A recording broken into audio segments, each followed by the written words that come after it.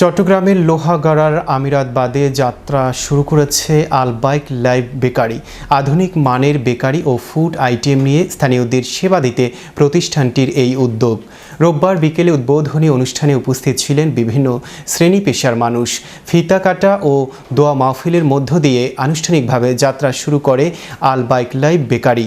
উদ্বোধনী অনুষ্ঠানে স্থানীয় জনপ্রতিনিধি, ব্যবসায়ী, সাংবাদিক ও সুধীজন অংশ নেন।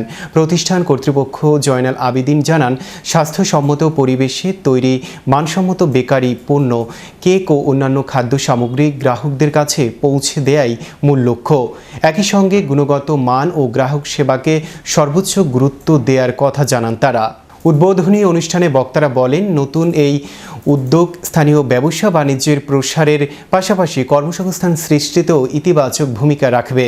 উদ্বোধনের প্রথম দিনেই বেকারিটি ঘুরে দেখেন অতিথিরা এবং উদ্যোক্তাদের সফলতা কামনা করেন।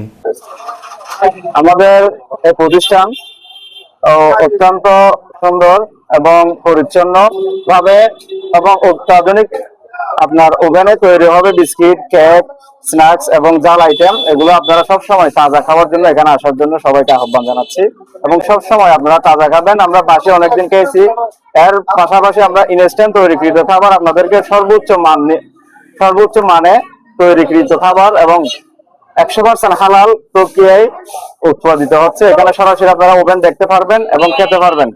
সবাইকে আসার আহ্বান জানাচ্ছি।